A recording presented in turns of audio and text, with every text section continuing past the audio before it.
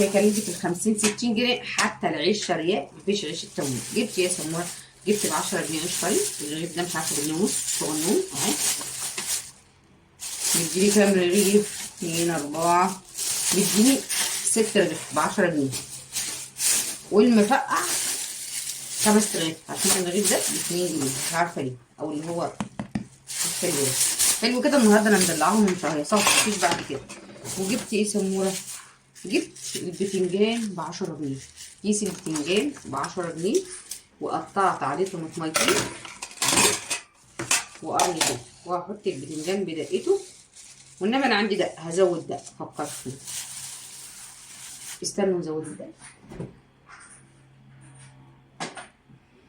كنت جايباها وعاملاها لما كانت كيلو الفلفل من اسبوعين كده، 10 ايام، كانت الكيلو ب5 جنيه. شوفي الطبق ده والله تجيبيه اقل حاجه ب20 30 جنيه.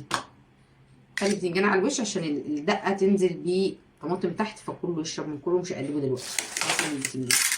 وجبت الفول محوج جاهز ب 10 جنيه اهو. طبعا ده لو لوحده مش هيكفي، بس عشان في كذا صنف تاني وهوريها لك. صلي على الحبيب قلبك كتير. اكتبي ميزانيتك وقولي لي بتوفري وبتدبقي ازاي. ده ب 10 جنيه فوق والله حلو. بصي انا عشان الاطباق لزقت في بعضها اهو. النبي حلو ولا مش حلو؟ ب 10 جنيه. ده كان تاني سنه. وجبت طعميه ب 15 جنيه. قولي لي كده البذخ يا سموره. هقول لك عشان انا مش قادره اقلي والنهارده تعبانه ومفرهده.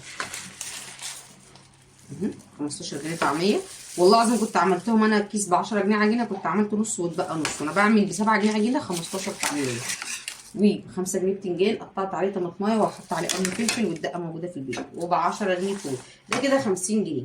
10 20 30 35 و20 عيش 45. وكيس شيبسي ب 5 جنيه. قولي ب 10 جنيه غدا ولا فطار 4 اصناف.